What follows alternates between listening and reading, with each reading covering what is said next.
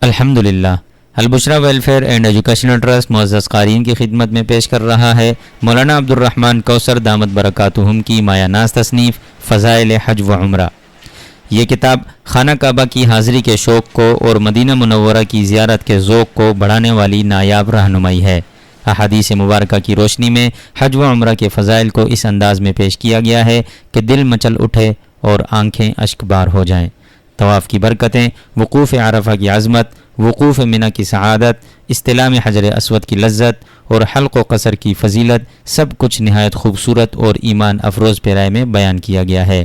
ساتھ ہی مناسک حج و عمرہ کے بعض آداب بھی سلیقے سے سکھائے گئے ہیں تاکہ یہ سفر صرف جسمانی نہ رہے بلکہ روحانی و ایمانی ترقی کا ذریعہ بن جائے۔ مزید معلومات کے لیے ہماری ویب سائٹ ضرور ملاحظہ فرمائیں www.albusra.org.pk